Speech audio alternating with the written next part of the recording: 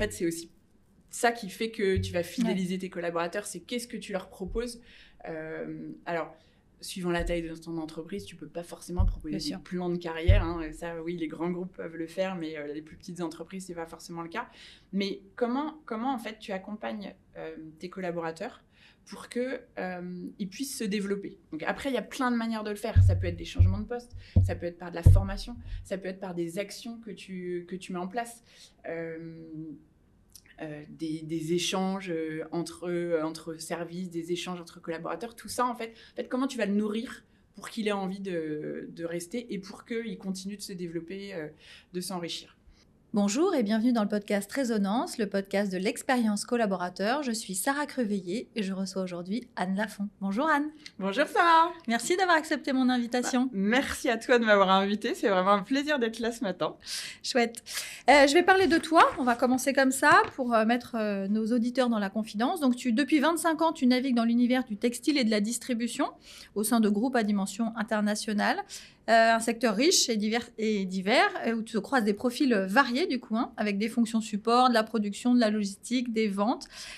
Autant de rencontres pour toi et de parcours qui nourrissent à la fois ta curiosité et ta passion pour l'accompagnement. Tu es attaché au long terme à la construction dans la durée et c'est ce qui fait que tu as passé 21 ans dans ta première entreprise où tu as eu la chance d'occuper 7 postes différents.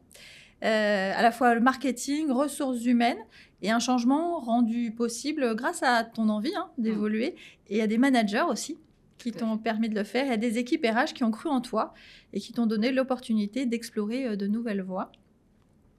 Tu es originaire du Havre où tu retournes régulièrement pour respirer le bon air marin et te ressourcer. Mais tu as construit toute ta carrière en région parisienne finalement. Et pendant 13 ans, tu as aiguisé ta créativité et ton sens du business, d'abord en marketing. Et puis en avançant vers la quarantaine, tu as eu un déclic. Tu t'es dit, il me manque quelque chose. Et tu t'es dit, il me manque un peu l'essentiel, l'humain que tu as eu envie de remettre au cœur. Et tu as donc changé de cap. Tu as plongé dans les RH avec un virage qui a été pour toi une véritable renaissance. Accompagner les autres dans leur développement, les aider à révéler leur potentiel, les voir évoluer. Et c'est tout ce qui te fait vibrer au quotidien, finalement. Et après avoir exploré la communication interne, la formation et la marque employeur, tu es depuis 3 ans directrice du développement RH dans une entreprise française de prêt-à-porter outdoor, une entreprise à mission que tu accompagnes avec toujours la même conviction. Quand les collaborateurs grandissent et sont accompagnés, l'entreprise a tout à y gagner. Et toi, ta mission, c'est d'y contribuer. C'est bien toi ? C'est bien moi. Je me suis pas trompée de fiche ? Non, ça résume assez bien. Ça marche. Alors, comment on se connaît ? J'aime aussi toujours dire comment les invités arrivent à s'asseoir dans cette chaise. Alors nous, ça fait, je pense qu'on se connaît depuis peut-être 2015, presque 10 ans, je pense. Ouais, je pense que c'est ça. Quand j'étais DRH, on fréquentait le même réseau.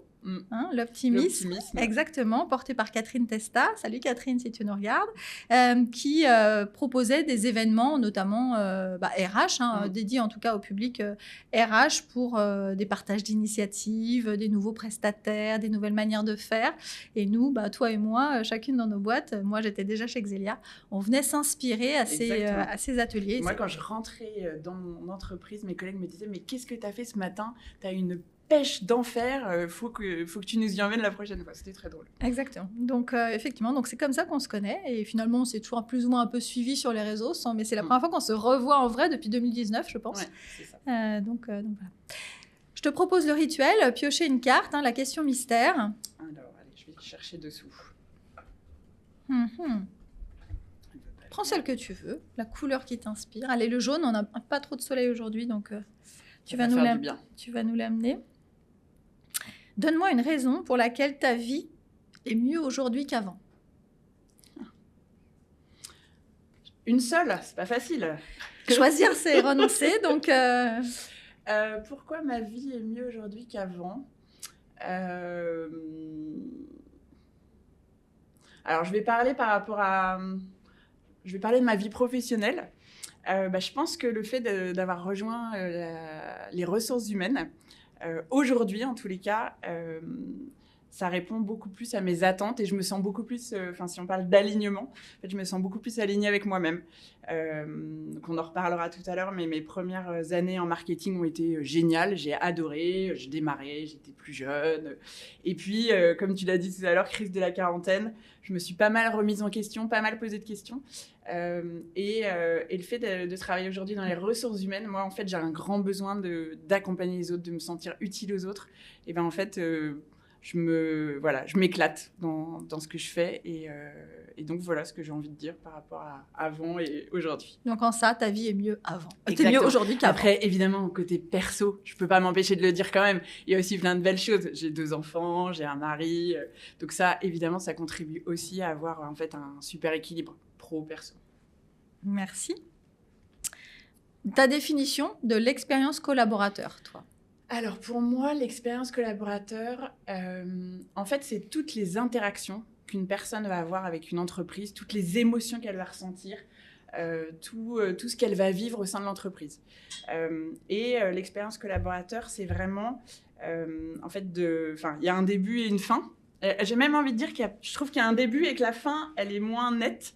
Il y a un début, en fait, c'est dès que tu commences à avoir des contacts avec une entreprise parce que tu postules, l'expérience du collaborateur, elle démarre là.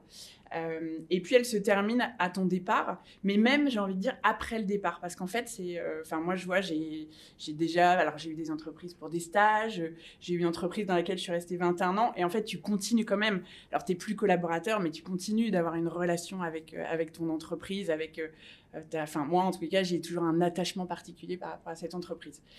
Et donc, pour moi, l'expérience collaborateur, elle doit être travaillée tout au long de la vie du collaborateur. Et donc, comme je disais, dès le processus de recrutement. Et c'est hyper important en tant qu'entreprise de réfléchir à qu'est-ce que j'ai envie aussi de faire vivre comme expérience candidat. Quel est le délai que je laisse entre 2 entretiens, est-ce que je prends bien la peine de rappeler tous les candidats que j'ai vus, comment je l'accueille lors des entretiens. Donc il y a toute cette partie-là. Et puis après, dans la vie, une fois que tu as intégré l'entreprise, c'est l'intégration qui va être super importante. Et là-dessus, on en reparlera sûrement tout à l'heure, mais il ne faut pas se rater. Donc l'intégration, et puis tout ce que tu vas mettre en fait à disposition de ton collaborateur pour qu'il vive la meilleure expérience possible.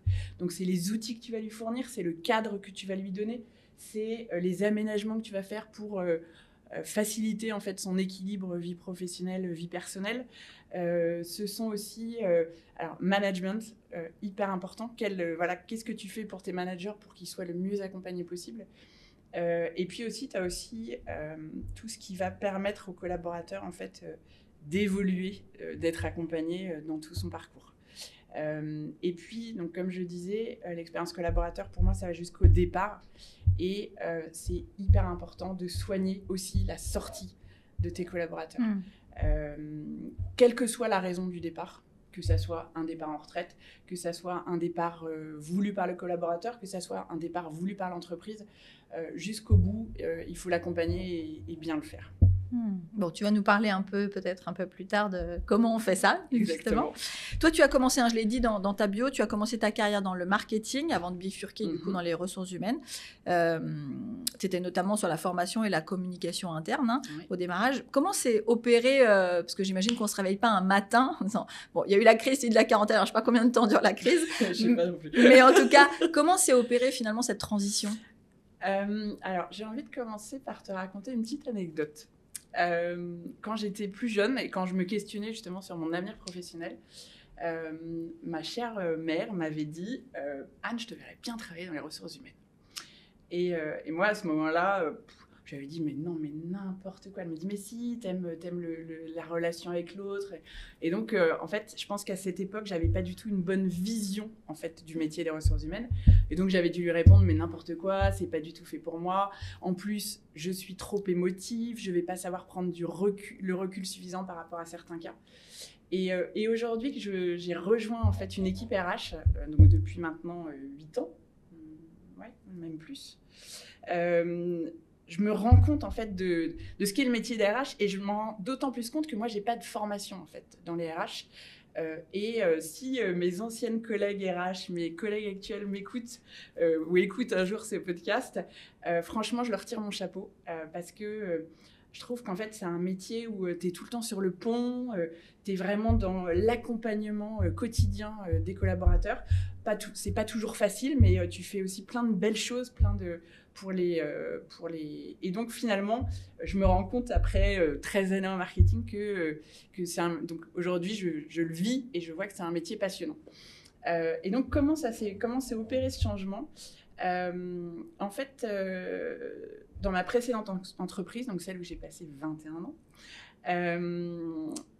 à un moment, ça se passait moins bien avec mes managers. Et je me suis pas mal remise en question. Donc, c'était effectivement proche de mes 40 ans. Je me suis pas mal remise en question et j'ai profité de mon premier congé maternité pour faire un bilan de compétences. Alors, évidemment, le bilan de compétences, c'est ce que je dis toujours, t'as pas une révélation où tout d'un coup on te dit « Ah, mais tiens, tu devrais faire ça ». Donc, je m'attendais un peu à ce qu'elle en sortir, mais en fait, ça a confirmé le fait que j'avais envie d'un métier avec plus de relations humaines, plus de contacts et que j'avais vraiment ce besoin de me sentir utile. Et donc, le bilan de compétences se termine et là, je me dis « Ok, super, mais… je fais quoi parce qu'en fait, je ne pouvais pas reprendre d'études. » Et là, alignement des planètes, donc je reprends après mon congé maternité. Et au bout de quelques mois, en fait, il y a eu un appel à candidature interne pour un poste donc, qui était responsable formation et communication interne. Donc, j'ai postulé. Et puis, on était plusieurs et j'ai été retenue. Et donc, voilà comment s'est fait ce passage du marketing aux ressources humaines. Et je pense que mes 13 années de marketing, elles m'ont été super, très bénéfiques parce que, en fait, c'est ce qui a fait que j'avais une bonne culture de l'entreprise, une bonne connaissance de l'entreprise et qu'on m'a donné, du coup, ma chance sur la com interne. J'avais aussi ces compétences marketing pour m'occuper du journal interne, communiquer. Et puis, après, il y avait, on va dire, mes compétences relationnelles qui ont fait qu'on s'est dit, que mes managers, mes futurs managers se sont dit, on va lui donner sa chance parce que, il connaît pas grand-chose dans la formation, mais de par ses qualités humaines, on va sûrement pouvoir la former et l'accompagner. Et en fait, par rapport à l'expérience justement collaborateur, cette transition, en fait, elle a été possible grâce à une équipe RH qui était prête à faire évoluer en interne des personnes, même en dehors de leur domaine de compétences. Et ça, je trouve ça top. Ça a été aussi possible parce que, en fait, j'ai eu des managers à l'arrivée qui m'ont fait confiance, qui ont cru en moi.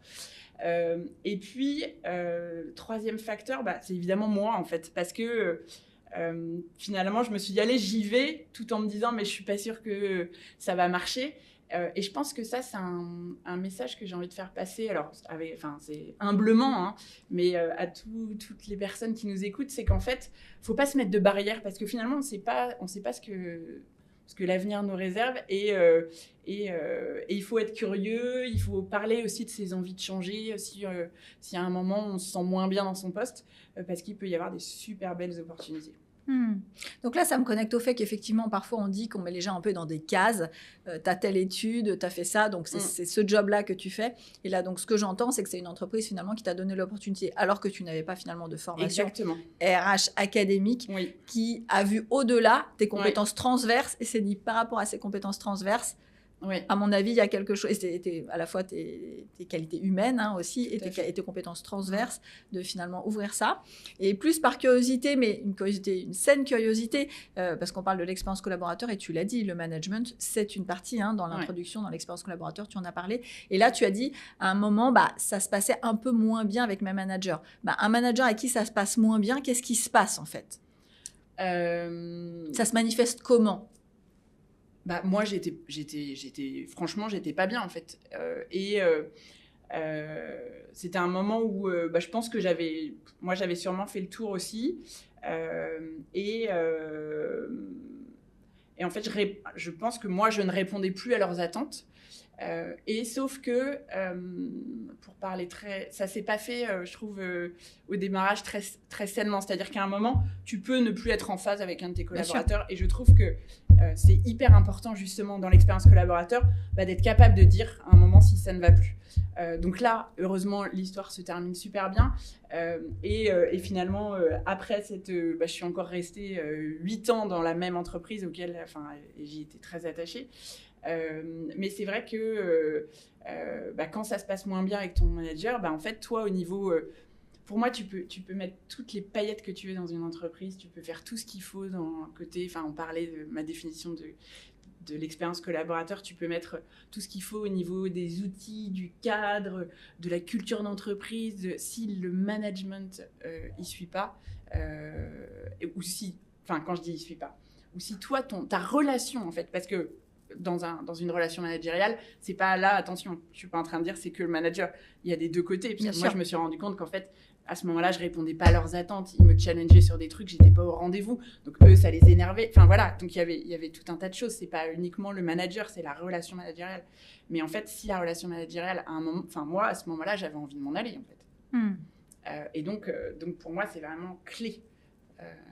Oui, donc il y a à la fois ce courage managérial de dire ça ne va pas, de dire pourquoi ça ne va pas, et de dire comment on trouve ensemble une voie pour que tout le monde s'y retrouve, en fait, et pas peut-être laisser un peu moisir la situation. Bon, là, ça s'est très bien terminé, puisque finalement, tu es parti au RH. Et j'ai envie de dire, c'était un mal peut-être pour un bien, finalement. Et comme je le disais, et ça a été une renaissance. Donc parfait. Avec ton double regard, du coup, RH et business à travers le marketing, qu'est-ce qui est essentiel pour qu'un collaborateur, d'après toi, se sente bien dans son entreprise? Si on rentre un peu aussi dans les détails, parce que tu as déjà donné quelques points dans ta définition. Alors pour moi, pour qu'un collaborateur se sente bien, il y a plusieurs facteurs. Déjà, il y a la culture d'entreprise. Alors, culture d'entreprise, je trouve que c'est beaucoup utilisé de nos jours, mais qu'est-ce qu'on met finalement derrière? La culture d'entreprise, c'est vraiment... C'est quoi les valeurs de ton entreprise? Comment tu traites tes salariés? Parce qu'il y a plein de manières de faire. Est-ce que tu es dans le contrôle? Est-ce que tu es dans l'accompagnement? Est-ce que par exemple, la reconnaissance, pour moi, c'est quelque chose de très important dans une culture d'entreprise. Et donc ça, est-ce que c'est proposer une culture d'entreprise qui soit... adapté aux besoins de tes collaborateurs. Donc ça, c'est la première chose. Après, on en a parlé, mais c'est le management. Pour qu'un collaborateur se sente bien, en fait, c'est hyper important qu'il soit bien accompagné par la direction, le management. Et là-dessus, donc, je viens de donner un exemple où ça s'était un peu moins bien passé. Mais par exemple, j'ai un autre cas où, en fait, quand j'ai changé d'entreprise après 21 ans, c'était ma volonté, j'avais envie, je me disais ça fait 21 ans que je suis à la même entreprise, donc faut que je bouge, sinon je vais m'enraciner. Mais ça a été difficile en fait, et la première année a été assez difficile, et parce que je me mettais une forte pression toute seule, et donc j'ai dû m'arrêter un mois parce que j'ai explosé en vol. Et au bout d'un mois, j'ai eu envie de revenir. Et pourquoi j'ai eu envie de revenir? Mais c'est aussi parce que j'avais une super manager. Et donc, je voulais vous donner les deux cas. C'est que pour moi, le manager, il est essentiel parce que on le dit toujours, en fait, tu rejoins une entreprise, tu quittes un manager, et c'est tellement vrai. Et donc deuxième chose pour que tes collaborateurs se sentent bien, c'est faire en sorte veiller à ce qu'il y ait une bonne culture managériale. Après, il y a aussi tout ce qui va être perspective d'évolution. Là, j'en ai parlé, j'ai passé 21 ans dans la même entreprise, j'ai bougé 7 fois. En fait, c'est aussi ça qui fait que tu vas fidéliser tes collaborateurs, c'est qu'est-ce que tu leur proposes. Alors, suivant la taille de ton entreprise, tu peux pas forcément proposer un plan de carrière. Ça, oui, les grands groupes peuvent le faire, mais les plus petites entreprises, c'est pas forcément le cas. Mais comment en fait, tu accompagnes tes collaborateurs pour qu'ils puissent se développer? Donc après, il y a plein de manières de le faire. Ça peut être des changements de poste, ça peut être par de la formation, ça peut être par des actions que tu mets en place. des échanges entre services, des échanges entre collaborateurs, tout ça, en fait, comment tu vas le nourrir pour qu'il ait envie de rester et pour qu'il continue de se développer, de s'enrichir. Après, autre facteur pour voilà, le bien-être des collaborateurs, c'est évidemment le cadre aussi que tu vas offrir et qu'est-ce que tu mets en place pour que, j'ai envie de dire, pour proposer une bonne ambiance. Alors qu'est-ce que je mets derrière ? C'est comment tu fais en sorte qu'il y ait des connexions entre les personnes, comment t'évites que tout le monde fonctionne en silo. Donc après, ça peut aussi être, c'est directement lié aussi à la culture d'entreprise, mais je pense que ça, c'est essentiel aussi pour que quelqu'un se sente bien dans une entreprise. La culture, tu dis la culture de la reconnaissance, par exemple. Oui. Comment on fait ça ? Alors, là, par exemple, moi, je viens donc avec le COMEX de l'entreprise dans laquelle je travaille, on vient de mettre en place il y a 1 an, un programme de formation pour les managers. Et c'est ce que je leur dis à chaque fois. Moi, je trouve que c'est un message très, très fort de notre COMEX. Ils ont voulu que tous les managers soient formés à la communication positive. Et au feedback positif. Et donc, pour moi, ça, par exemple, alors, ça ne veut pas dire qu'on est parfait. Parce que parfois, il y a des managers qui me disent « Bah oui, mais moi, mon propre manager, il n'est pas forcément tout le temps en train de… » Ok, mais ça veut dire qu'en fait, on donne un cadre et c'est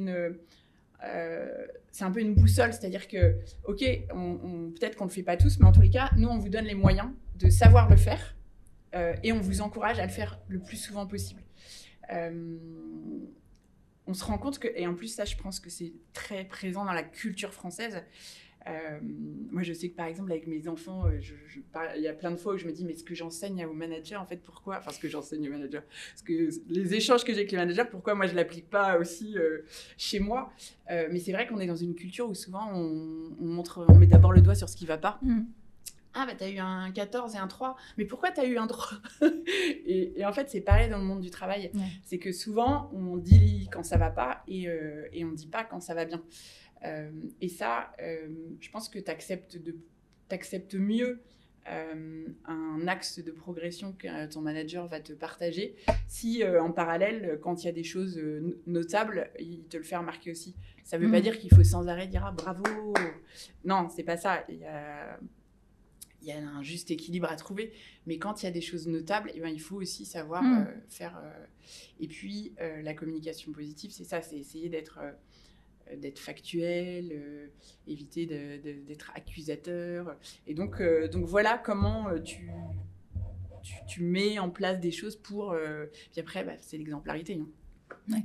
Évidemment, ça résonne parce que chez Xelia, on initie tous les collaborateurs à la communication non violente ou bienveillante. Oui, voilà. Elle a plein de noms. Exactement, elle a plein de noms. Donc, évidemment, on a vraiment la même philosophie. Et quand j'initie des collaborateurs, les nouveaux collaborateurs, mais tous les anciens aussi ont été initiés. Mais en tout cas, je commence par dire, alors, ce n'est pas une formation, c'est une déformation. Ouais. Parce que cet atelier-là, il vient chercher vraiment les gens parce que ça va tellement à l'encontre de tout ce qu'on leur a toujours appris depuis qu'on commence à avoir des notes en CP, souvent, où on commence déjà à être dans la compétition, alors que là, on cherche à être dans la collaboration et dans comment j'apprends à mieux connaître l'autre, comment j'apprends à mieux me connaître, quels sont mes besoins, comment je développe mon assertivité, comment j'arrive à poser mes limites tout en respectant ceux de l'autre. Et pour moi, c'est pas réservé aux managers d'ailleurs. Chez nous, c'est des référents, mais pour moi, tous les collaborateurs, quel que soit leur rôle, parce que les managers, comme les référents chez nous, ils ont aussi, eux, besoin de feedback. Parce que les managers, ils vivent aussi une pression. Et pour moi, ce qui est sain, c'est que c'est pas juste les managers ou les référents c'est aussi les équipes. Quand le référent ou le manager a fait quelque chose de chouette, de se dire merci de m'avoir soutenu en réunion, merci. Enfin voilà, et de dire d'abord pourquoi on dit merci aussi. Qu'est-ce que ça vient? La gratitude, c'est aussi pour moi une forme de reconnaissance. Merci, en fait. C'est pourquoi qu'est-ce qui s'est passé? Et pour moi, c'est ce qui est sain et vertueux, c'est que tout le monde effectivement. Après, on a tous le même cadre. Parce que nous, on a aussi ce cadre-là. Et ensuite, effectivement, le niveau de chacun et l'envie de chacun de contribuer n'est pas le même. Mais en tout cas, la règle, c'est la même pour tout le monde et tout le monde le sait. C'est ça. Donc, et après, effectivement, mais donc, évidemment, ça résonne beaucoup ce que tu partages. Toi, tu en as un peu parlé dans l'intégration, le moment où on arrive, un peu cette lune de miel, enfin qui est censée être la lune de miel. Par rapport aux nouveaux arrivants, pour toi, c'est quoi les ingrédients un peu magiques d'un onboarding, d'une intégration réussie? Alors, déjà, je dirais que, en fait, quand tu intègres quelqu'un dans une entreprise, c'est un peu comme quand tu invites quelqu'un chez toi. C'est-à-dire qu'il y a toute la partie préparation, anticipation. Et ça, c'est hyper important et il ne faut pas la négliger. Tu invites quelqu'un à dîner, s'il arrive que la table n'est pas mise, que tu n'as pas fait les courses, alors moi ça m'est déjà arrivé chez un copain, mais donc tu vois de quoi tu parles, bah, ton invité il ne va pas se sentir attendu, il ne va pas se sentir accueilli en fait. Pour moi, quand tu intègres un nouveau collaborateur, c'est la même chose. Donc il y a tout un travail préparatoire à faire sur, tu t'assures qu'il ait un bureau où s'asseoir, un ordinateur. Donc, ça paraît tout bête, mais c'est bien de se le rappeler. Et puis, en fait, il faut aussi qu'ils se sentent attendus. Et moi, je sais que j'ai eu la chance, en fait, les 2 entreprises, alors j'en ai fait que 2, dans lesquelles j'ai travaillé, en fait, elles ont des super parcours d'intégration. Et franchement, de nouveau, je tire mon chapeau à l'équipe RH qui organise ça, parce que c'est vraiment aux petits oignons. Alors, qu'est-ce qu'il y a dans ce... Du coup, parce que là, tu attises ma curiosité.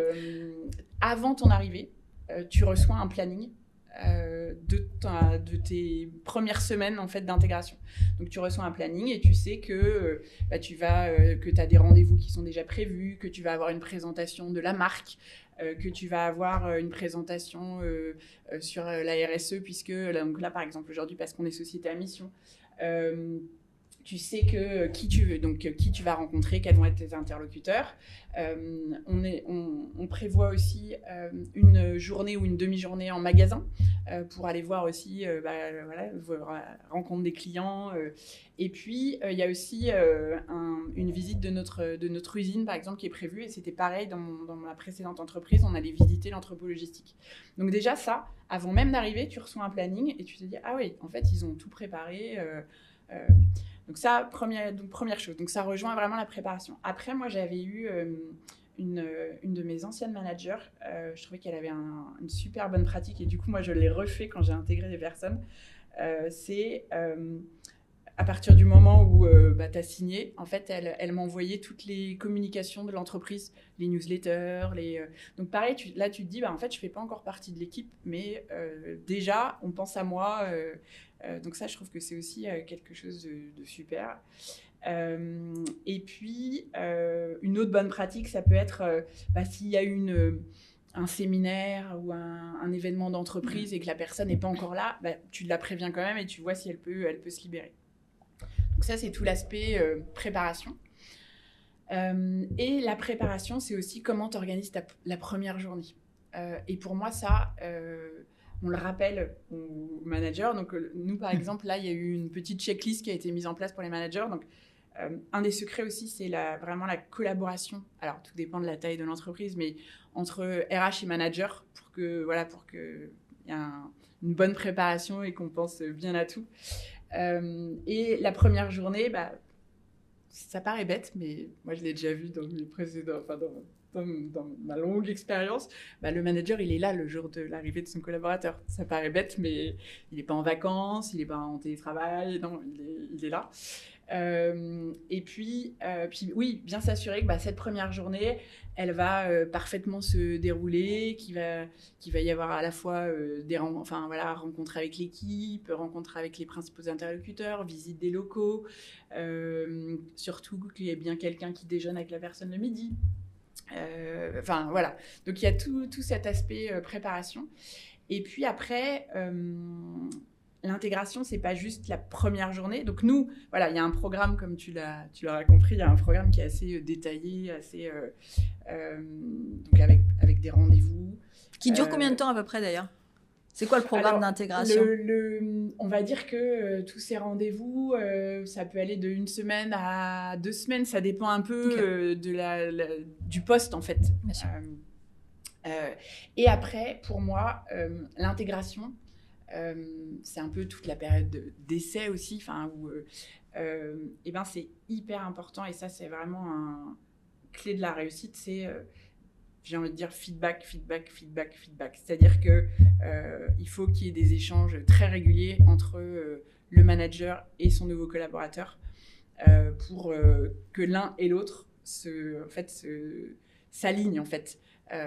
Comment ça se passe, est-ce que dans notre manière de fonctionner tout va bien, et ça sera aussi le secret. C'est pas je laisse mon collaborateur, il a son planning d'intégration et du coup il fait sa vie. Non, c'est régulièrement je le vois et je lui pose des questions, et puis aussi évidemment moi j'observe aussi ce qui se passe, je vois s'il a s'il rencontre des difficultés, voilà. Ah oui, une autre bonne pratique que j'adore et qui est toute bête, mais c'est si tu as des écrans ou si tu as un bureau d'accueil, un petit message bienvenue, que ça soit donc sur une pancarte, que ça soit sur un écran. Ça, pareil, ça fait son petit effet, je trouve, quand tu arrives ton premier matin. J'avais vu d'ailleurs, j'ai vu une de tes publications LinkedIn. Alors, c'était pas une nouvelle arrivée, mais ça m'avait. J'ai réagi parce que j'ai vu que vous faisiez une publication, sur un affichage aussi. Là, c'était les 3 ans d'une personne, c'est ça, dans l'entreprise. Exactement. Et donc, il y avait effectivement ce message. J'ai vu ça sur LinkedIn, ça m'avait interpellée. Exactement. Et ça, c'est des petites attentions. Et alors, c'est drôle d'ailleurs, parce que j'avais fait cette publication sur LinkedIn et il y a une personne qui est dans une de nos filiales qui a réagi en disant nous, on n'a pas. Donc, c'est vrai que là, c'est au siège, il faudrait le faire. L'idéal, c'est d'avoir le même traitement partout. Après, c'est vrai que quand tu as une activité retail, une activité production, une activité, c'est pas forcément pareil parce que les organisations sont pas les mêmes. Mais c'est vrai que c'est des petites attentions qui font leur effet et qui te permettent, c'est ça, de te sentir attendu. Et puis, c'est pas nécessairement les RH, parce que dans ces sites de production, il y a aussi des managers quand même. Mettre une pancarte, j'ai envie de dire. Ça, tout à fait. Donc, tout à fait. Ouais. Mais moi, j'avais trouvé que c'était... Exactement. D'ailleurs, tu évoquais des rituels comme ceux-là qui renforcent pour toi la cohésion. Donc, il y a probablement d'autres rituels. Qu'est-ce qui se joue alors, c'est quoi ces rituels? Et puis, qu'est-ce qui se joue pour toi dans ces rituels? Pour moi, les rituels d'entreprise, c'est là où tu vas travailler la cohésion, en fait. C'est là où tu vas travailler la cohésion d'équipe, la culture d'entreprise. Et les rituels, ça va permettre... Alors, tout dépend du type de rituel, mais ça permet aussi aux personnes de se rencontrer, d'avoir des moments ensemble. Donc, quand je parle rituel, à quoi je pense? Pour moi, en fait, il y a 2 niveaux de rituels. Tu peux avoir des rituels d'entreprise, puis après, tu peux avoir des rituels d'équipe. Donc, les rituels d'entreprise, c'est par exemple, je sais pas, tous les ans, organiser une célébration pour les vœux. Donc, tu réunis tous tes collaborateurs. Donc, c'est des moments aussi de convivialité. Après, tu as aussi des rituels qui vont plus servir à l'organisation, en fait. Donc, moi, j'ai eu la chance d'être dans 2 entreprises où tout ce qui est process RH est très... En fait, c'est très rythmé. Donc, qu'est-ce que j'entends par là? C'est les entretiens annuels. On fait aussi des entretiens de mi-année. Donc ça, pour moi, ce sont des rituels annuels qui sont imposés par l'entreprise, mais qui sont... moi, je trouve que c'est nécessaire, en fait. C'est un acte managérial très fort d'avoir au moins une fois dans l'année où tu fais un arrêt sur image, en fait, et tu fais le point avec tes collaborateurs pour savoir... pour faire le bilan de cette année ou de ce milieu d'année qui vient de s'écouler. Et ça, c'est des rituels qui viennent marquer la vie, qui parfois sont... tu vas toujours entendre des personnes qui disent « Ah là là, c'est pénible, ces campagnes d'évaluation. » Mais en même temps, finalement, je pense que tout le monde ils le reconnaissent quand même tous. Après, c'est que même si sur le coup, ça tombe jamais bien, on a plein d'autres choses à faire, mais c'est quand même un moment où tu es complètement à l'écoute, en fait, l'un de l'autre dans ta relation, dans ton duo manager-collaborateur. C'est un moment qui est pleinement dédié, où tu es vraiment dans l'écoute de l'autre. Et ça, je trouve que c'est essentiel comme rituel d'entreprise. Autre rituel d'entreprise, c'est par exemple, donc moi j'ai travaillé dans des entreprises donc, qui sont dans la distribution, un des rituels, dans l'une comme dans l'autre, c'est quand il y a des opérations fortes pour le business, par exemple la perte des soldes, on va aider en magasin. Donc ça, c'est des rituels aussi que je trouve importants. Pareil, toujours pour se faire créer de la cohésion, faire se rencontrer les uns et les autres. Ou tu as l'inventaire ou l'anthropo-logistique, il y a appel général pour que les salariés volontaires viennent aider. Tout ça, c'est des rituels qui vont faciliter, en fait, qui vont contribuer à la culture d'entreprise parce que ça permet aux gens de se rencontrer. Et après, tu as les rituels d'équipe. Et ça, c'est, j'ai envie de dire, à la main de chacun, de chaque... alors, même pas de chaque manager, pour moi, de chaque équipe. Parce que les rituels d'équipe ne viennent pas forcément que des managers. Au contraire, ce qui est intéressant, c'est alors, en plus, je te regarde et je me dis, alors en plus, chez Xelia, il n'y a pas de manager, donc de toute façon, c'est l'affaire de tous. Mais c'est intéressant, justement, d'échanger au sein de l'équipe pour savoir de quoi vous avez envie, de quoi vous avez besoin.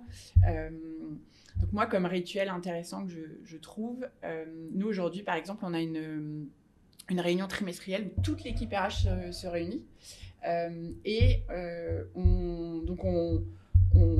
On fait un ordre du jour auparavant, donc on échange sur quel sujet on a envie d'aborder. Donc ça peut être des sujets qui sont propres à l'équipe, quelqu'un qui bosse sur un gros projet, qui a envie de le partager avec les autres, ou ça peut être aussi des choses, je sais pas, j'ai vu un truc génial sur l'intelligence artificielle, je voudrais qu'on le partage en équipe. Et puis, nous, ce que donc les 2 DRH avec qui j'ai travaillé là dernièrement, ce qu'elles avaient mis en place aussi, c'est pour ces réunions trimestrielles, elles invitent quelqu'un d'un autre service pour venir nous présenter son activité. Et ça, c'est aussi des rituels d'entreprise qui font que tu vas créer de la cohésion, tu vas faire que les personnes se rencontrent. Et après, moi, ce que je trouve le plus génial, c'est quand les rituels, ils viennent des collaborateurs eux-mêmes. Par exemple, il y a quelques années, il y avait des collaborateurs qui s'étaient dit « Tiens, ça serait sympa de faire des after-work ».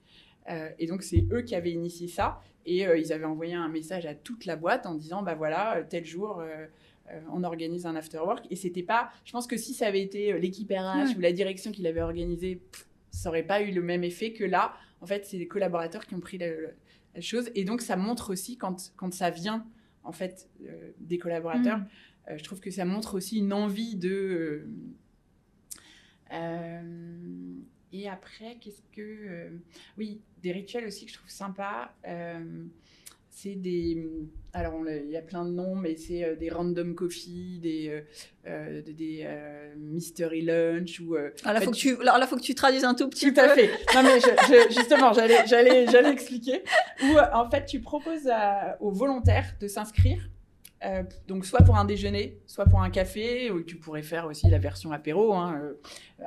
Et donc, parmi tous les volontaires, ensuite, tu fais un tirage au sort. Et du coup, tu dis, voilà, tiens, Anne, tu as été tirée au sort avec Sarah, et donc vous allez déjeuner toutes les deux. Et donc, c'est le hasard qui fait que tu vas te retrouver à déjeuner avec telle ou telle personne. Et ça, je trouve que c'est un rituel sympa aussi, toujours pareil, pour mieux se rencontrer et faire des nouvelles connaissances dans l'entreprise. Hyper sympa. Ça, je trouve ça hyper sympa. Et puis ça, pareil, ça nécessite pas de moyens, en fait. Tu prends les inscriptions, tu fais un tableau Excel, tu as des sites internet aussi qui te font des tirages au sort, et ça se fait de façon très, très facile, quoi. En tout cas, alors là, c'est pour du présentiel. Oui. Parce que, tu vois, nous, on a 54% de nos collaborateurs qui sont hors Île-de-France, en télétravail permanent. Alors, on l'avait fait aussi pendant le confinement. Alors, comment tirage au sort, et on se faisait une visio avec nos cafés. Hyper sympa. Donc, en fait, et même un déjeuner, dans l'absolu, on a notre lunchbox dans l'absolu devant. Et du coup, j'ai envie de te dire, tu n'as pas de barrière. C'est-à-dire que ça, tu peux le faire. Donc là, nous, on privilégie aujourd'hui le présentiel. Mais tu peux très bien imaginer dans une entreprise où tout le monde est éclaté, que ce soit à l'international, où tu peux très bien faire ce genre de choses où tu fais un tirage au sort et tu as une demi-heure, 1 heure où tu te retrouves en visio et tu échanges sur tes... Donc non, ça c'est des... Enfin, moi, c'est des rituels que j'aime bien et je trouve ça toujours chouette. Très sympa, très sympa. Juste le télétravail, il y a du télétravail dans votre entreprise ? Oui, on a le droit à 2 jours par semaine pour les populations éligibles, parce qu'évidemment... après, quand tu es dans le retail ou la production, c'est moins facile. Okay. Toi, tu es convaincu de l'importance de la formation interne. Je pense que tu as aussi, tu prêches aussi pour ta paroisse, puis tu connais bien ce sujet, puisque tu as fait partie de ces équipes. Du coup, pourquoi toi, tu as choisi de développer un certain nombre, parce que ce que tu m'as partagé, vous avez choisi de développer un certain nombre de formations en interne, plutôt que de passer par des prestataires. Donc ça m'a interpellée. Donc il y a plusieurs questions dans ma question.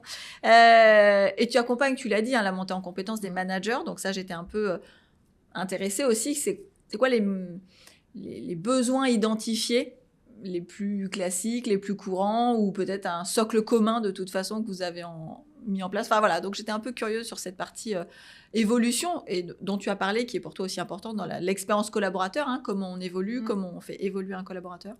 Donc je suis curieuse. À la fois la formation interne et la formation des managers. Exactement. Alors, par rapport à la formation interne, oui, je suis 100% convaincue. Non, alors, attention, la formation interne, pour moi, elle vient en complément de la formation externe. Parce que, évidemment, il y a des compétences que tu n'as pas en interne et donc il va falloir que tu ailles les chercher à l'extérieur. Mais je trouve que quand tu as les compétences en interne, donc déjà, quand tu as quelqu'un qui a cette compétence de formateur, je trouve que c'est hyper intéressant de développer les formations en interne parce que le fait que ça soit développé par quelqu'un qui est dans l'entreprise, justement, elle va pouvoir teinter la formation de la culture d'entreprise, des attentes. Alors, tu vas me dire, oui, à l'extérieur aussi, tu fais un brief, mais quand tu es à l'intérieur, en fait, tu vas beaucoup plus être...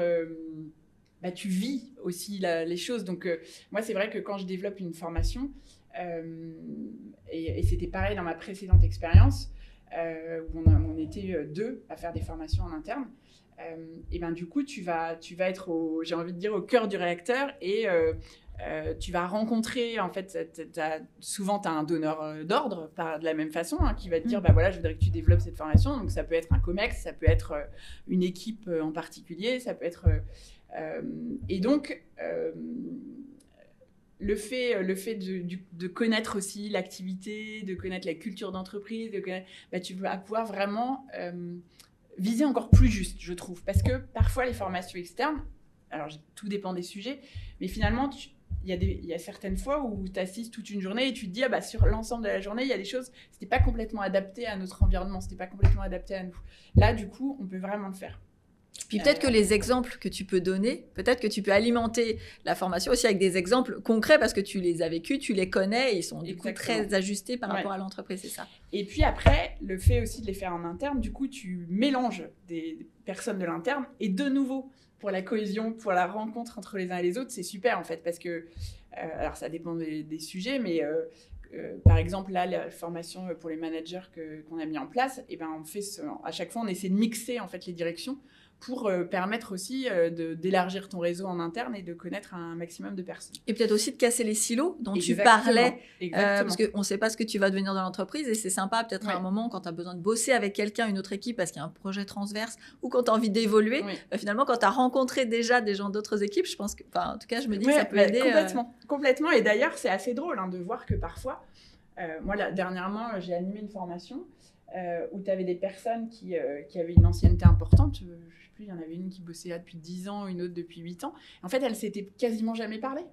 Alors qu'elles sont sur le même site, mais parce qu'elles n'avaient pas l'occasion de travailler ensemble. Et du coup, là, ça a créé... Donc, pour ça, je trouve ça super. Et puis après, ce que je trouve chouette aussi, c'est que quand tu construis en fait ces formations, tu peux être amené à aller voir des experts en interne pour t'aider en fait à le développer. Et donc, tu as aussi tout ce côté transmission du savoir-faire. Je pense à quand tu développes des formations en fait vraiment sur des formations métiers, donc par exemple sur tes produits, sur de la vente, etc. Du coup, tu as aussi tout ce côté transmission d'un savoir-faire que tu vas pouvoir intégrer développer en fait en interne.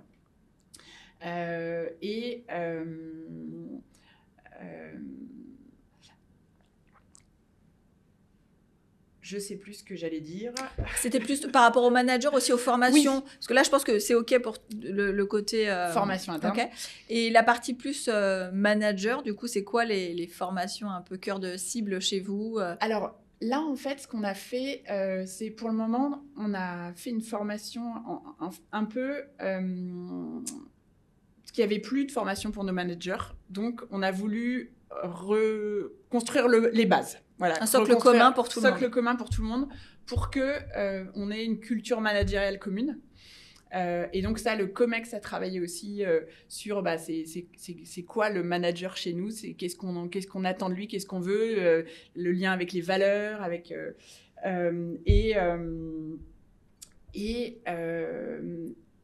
et là, ce que je trouve de nouveau super, donc de le faire en interne, c'est que tu as toute cette partie aussi, et donc que ça soit pour les managers ou tu as toute cette partie amélioration continue. Parce qu'en fait, tu fais plusieurs fois les mêmes sessions. Et donc, moi, à chaque fois, je prends tous les feedbacks. Et du coup, j'améliore au fur et à mesure. Par exemple, il y avait des fortes demandes sur tout ce qui est accompagnement du changement.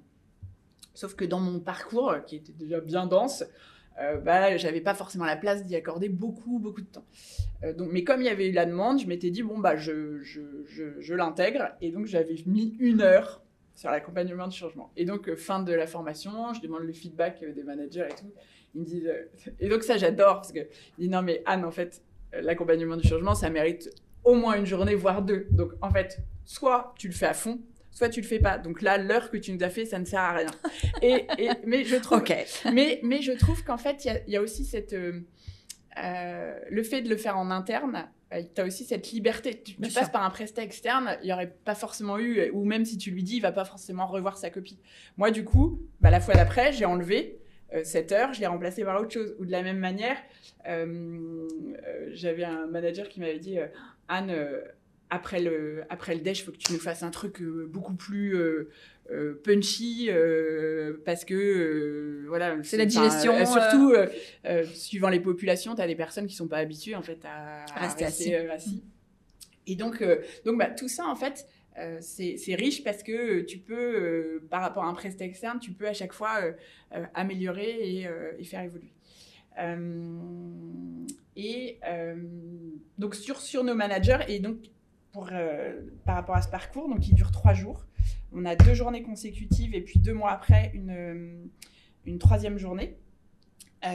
Donc les bases du management, c'est quoi être manager dans l'entreprise, dans notre entreprise, qu'est-ce que ça a de spécifique, etc. Et la première journée aussi, je leur fais faire des inventaires de personnalité, enfin répondre à des questionnaires pour aussi mieux se connaître eux-mêmes. Parce que ça, c'est quelque chose qu'on avait partagé avec le COMEX, avec ma DRH. On trouve que déjà, pour démarrer cette formation, hyper important de bien connaître en fait ses forces, ses axes d'amélioration et son mode de fonctionnement, parce que du coup, quand on se connaît mieux, ça va être plus facile de comprendre pourquoi peut-être avec tel collaborateur, ça se passe mieux qu'avec tel autre. Bien sûr. Comprendre un peu ces différences. Et puis, comme je te le disais, il y a toute la partie communication positive. On repasse aussi sur les valeurs, on repasse sur tous nos process RH. Je sais que là, j'ai animé, je pense que je dois en être à 9 sessions, quelque chose comme ça. Et les retours sont très positifs sur le fait que ça soit en interne. Okay. Et le fait de se retrouver. En fait, les grosses attentes aussi des managers aujourd'hui, je pense que c'est parfois tu te sens seul. en tant que manager. Et du coup, proposer ces temps ensemble en interne, ça permet de se sentir moins seul. Moi, quand j'anime ces formations, alors c'est peut-être un peu... Alors, je peux être pas prétentieux, mais je me vois un peu comme une chef d'orchestre. C'est-à-dire qu'en fait, j'essaie d'amener certaines compétences, mais c'est ce que je dis toujours, en fait, ils m'ont pas attendu, en fait. Et donc, eux, ils ont déjà plein de compétences et plein de choses à partager. Et donc, je pense qu'il y a ce côté, dans les attentes, il y a ce côté partage de bonnes pratiques, partage de problématiques communes qu'ils peuvent rencontrer qui est très forte. Et dans leurs attentes, aujourd'hui, il y a aussi pas mal d'attentes mais auxquelles je n'arrive pas forcément à complètement répondre sur comment on manage les nouvelles générations. Vaste sujet. Ouais. Je vois. Donc, ça, c'est en cours. C'est en cours, exactement. Okay. Cours de réflexion. Tu es aussi en cours de certification d'une formation de coaching financée par ton entreprise. C'est quoi, toi, ton intention en suivant cette formation par rapport à ton métier? Et aussi, quel intérêt y voit ton entreprise? Parce qu'en général, c'est des formations qui sont quand même relativement onéreuses. Et puis, qu'on peut faire appel à un coach externe. Donc, j'étais curieuse. Alors oui, elles sont onéreuses. Alors j'en ai pris une partie avec mon CPF. Donc ça, c'était aussi, je trouve, gagnant-gagnant. Ouais, intéressant. Et ça, je le partage parce que je trouve que c'est aussi intéressant. Suivant la taille des entreprises, tu n'as pas toujours les moyens et c'est aussi l'intérêt de la formation interne, c'est que tu ne peux pas répondre à tous les besoins en formation. Et donc, pouvoir en développer en interne, ça te permet, ton budget, de le mettre vraiment là où il y a besoin pour des compétences externes. Donc j'en ai payé une partie avec mon CPF et mon entreprise m'a payé l'autre partie. Donc ça, je trouve que c'est un bon deal. Alors moi, quel intérêt j'y vois? Alors de nouveau, je trouve super alignement des planètes parce que moi, le coaching, c'est quelque chose auquel j'avais déjà pensé.